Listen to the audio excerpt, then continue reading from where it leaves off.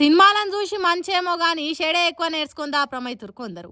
మొన్న నడుమొచ్చిన రాజువేట్స్ రాంబాయి సినిమా చూసి ఒక మోతెవారి ఆ సినిమాలో హీరోయిన్ తండ్రి పడ్డ కథల పడి ఇప్పుడు స్టేషన్లా ఊసల్లెక్క పెడుతుండు. ఇగో ఇడ కానొస్తుండు కదా ఏం తెలవని శుద్ధపూస తిరగబోయి జీపెక్కుతుండు. ఇతగాని పేరు మనోహరు. మేడ్చల్ జిల్లాలున్న అన్నోజిగూడలు ఉంటాడు. వాళ్ళ ఊర్లోనే ఉండే వాళ్ళ చుట్టాల పిల్ల కందికొండ రమణితోని లగ్గం ఫిక్స్ అయిందట. అయితే 6 నెలల కిందనే మనోహర్ అయ్యే వాళ్ళకు హెచ్ఐవి పాజిటివ్ అని తేలిందట. మరి పిల్లగాని కథ ఏందోనని ముందు జాగ్రత్తగానే మనోహర్కు కూడా పరీక్షలు చేపిస్తే ఆయనకు కూడా పాజిటివ్ అని వచ్చింది.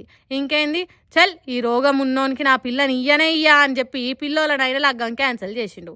దాంతో మనోనికి ఎక్కడలేని బాధ కోపం అన్ని దన్నుకొచ్చి, ఎంత ధైర్యం రా నీకు, నాకే పెళ్లి కాకుండా చేస్తావా, ఆగు ఇట్లా కాదు నీ పని అని చెప్పి ఇంట్లో ఇవ్వలేంది చూసి లోపటికి జొర్రి ఆ పిల్లకు హెచ్ఐవి రక్తం సూదిని నింపెక్కిచ్చిండు.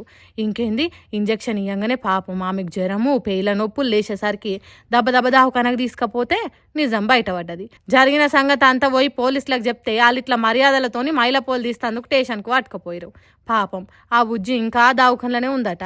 మరి ఏం కథనో ఏం వైద్యం చేస్తారో ఆ బుజ్జికి తెలియదు కానీ ఈ అడ్డమైనోడు ఎక్కడలేని రోగం తలిగిచ్చిండు.